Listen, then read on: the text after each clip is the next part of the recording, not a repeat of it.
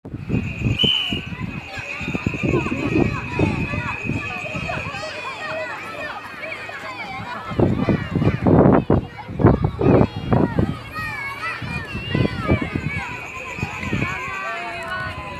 चाहिँ यो फुल फुल्ने सिजन भएकोले यो सिजन चाहिँ एकदम रमाइलो सिजन हो।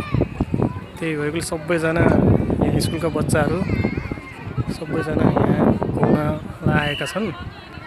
यही मौका पारेर हामी पनि यसो फुलबारी हेरौँ भनेर यहाँ पार्कतिर यसो घुम्न आएका छौँ।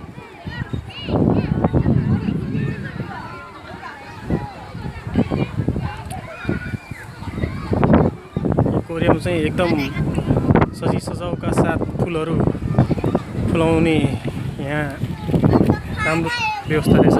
फुलहरू चाहिँ एकदम राम्रो राम्रो फुलहरू छन्, देख्न पाइन्छन्। यहाँ यी हाम्रा साथीहरू दुईजना फोटो खिचिरहेका छन्। एकजनाको नाम चाहिँ प्रमेश पर्यो, अर्कोको नाम चाहिँ मिस्टर राज पर्यो। म चाहिँ मिस्टर सुरेश श्रेष्ठ पर्यो है। ल अब पृथ्वीनारायण शाह अब हामी एक हौँ भन्ने हिसाबले लागिरहेका छन्। तर के गर्नु, नेपालमा एकदम भूकम्पले पीडित मान्छेहरू पनि छन् है। अब यस्तै हो, एक्सनमै हो। त्यो बच्चाहरूले खेल्ने सानो स्विमिङ पुल रहेछ है।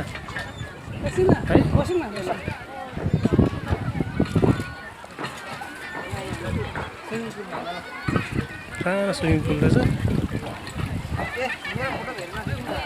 फोटो आयु घटेर के हुन्छ त, दिन बढ्यो भइहाल्ने है। कोरियामा चाहिँ यो मौसम चाहिँ साह्रै रमाइलो मौसम छ। हेर्न लायकको र घुम्न लायकको मौसम भनेको यही हो।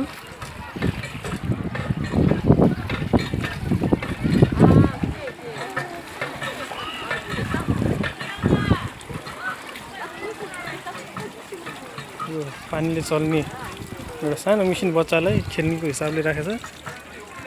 त्यहाँ कल रहेछ नि त, कल कल उता कलबाट थिचेपछि चाहिँ पानी सरर आउने रहेछ। कल के हुन्छ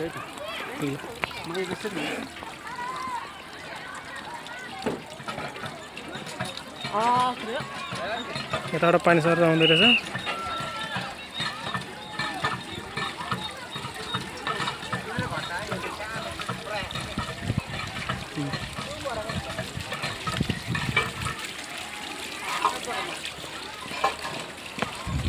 उहाँ फेरि उता आफ्नो पालो। म त क्यामेराम्यान भयो, पोखरा आएँ।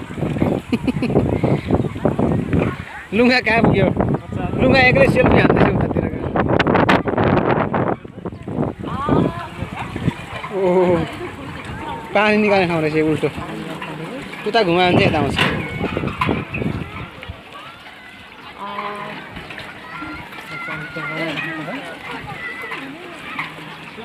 कोरियाको एकदम रमाइलो मौसम अब फुल फुलेको हरियाली।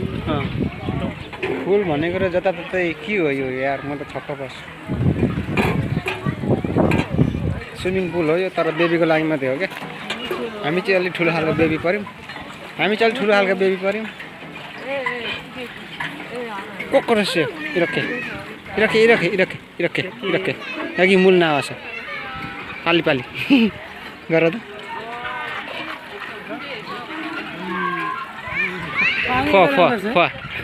मूल ना आयो। थासी थ यही आयो नि, उल्टो भयो। ल हो त्यो त घुमाउनु न, सघाइदेऊ न। पानी आउँछ कि आइ देखौ, आइगो छुवा